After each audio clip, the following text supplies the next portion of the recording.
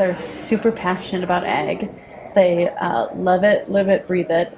They just have some different needs than generations in the past. And we frame that up in terms of tensions. And in marketing and advertising, we found this model to be very helpful in spelling out opportunities for our brands. And the idea of a tension is that there's forces that may appear to be opposing, but they're simultaneously felt. So the three tensions that we talked about were centering on women's readiness to take on big decision-making roles in agriculture against the tension that this is an industry that's fairly traditional. And in our cultural imagination, it's still very much dominated by men. So brands that can help resolve a tension like that, to bring women into the fold, to bring our industry culturally to a place where it can be more receptive to women in leadership roles, that's a win.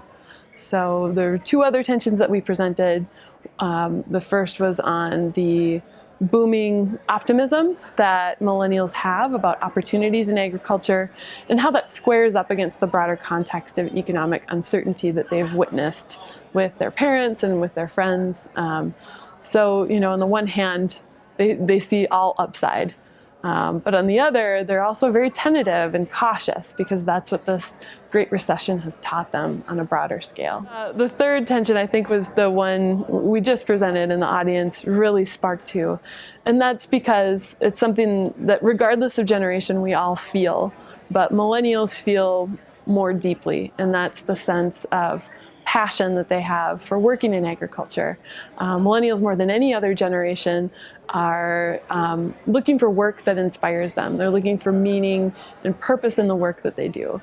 And they're willing to take a lower salary if they can do something that's meaningful to them. So when you look at agriculture, they're finding that meaning, they're finding that passion in feeding the world. And it may sound trite to some of us who've been working in this industry for a while, but it's something that they feel very strongly.